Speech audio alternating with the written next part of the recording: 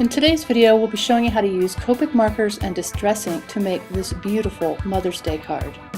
We'll begin by taking some distress ink, scattered straw, and inking up a background stamp. Because this stamp is so large, I like to press firmly all around the image.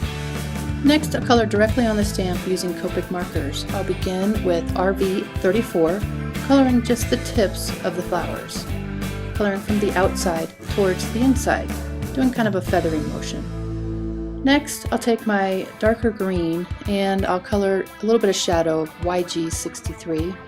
Then I go in with a light green YG23 and do the stems.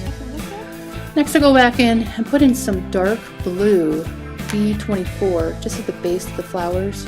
Now that blue is actually really strong, so I'm going to blend out that blue with a YG63. I'm going to follow the stems, but most importantly I'm trying to blend that blue into the pink.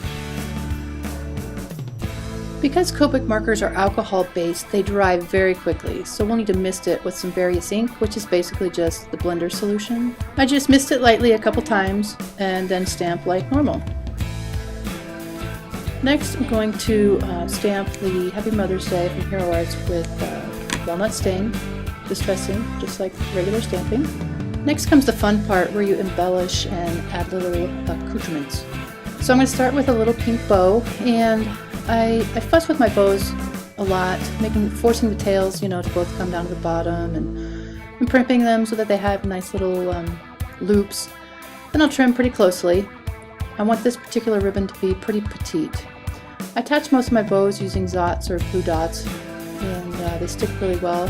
These glue dots are twice as round as I'd like, so I stick it on there and then fold the dot over, so it's just half the width. Now I attach the ribbon above the word day so that it's kind of at the base of the flower stem.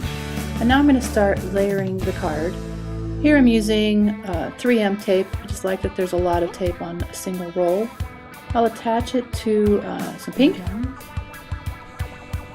And next I will attach that to some brown.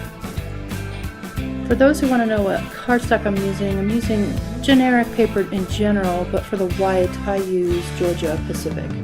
It's cheap and it holds the colors well. So next I'm going to finish it off by embellishing with a couple of gems. Just going to steal the top of the letter A because the gems are in a threesome. I'm going to put that at the base of each of the flowers.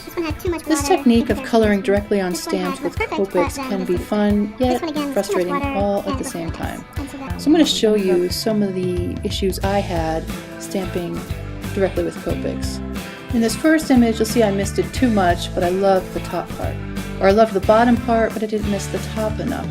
Or again, I misted too much at the bottom, but I love the top. So in the end, I came up with two cards that I'm really happy with.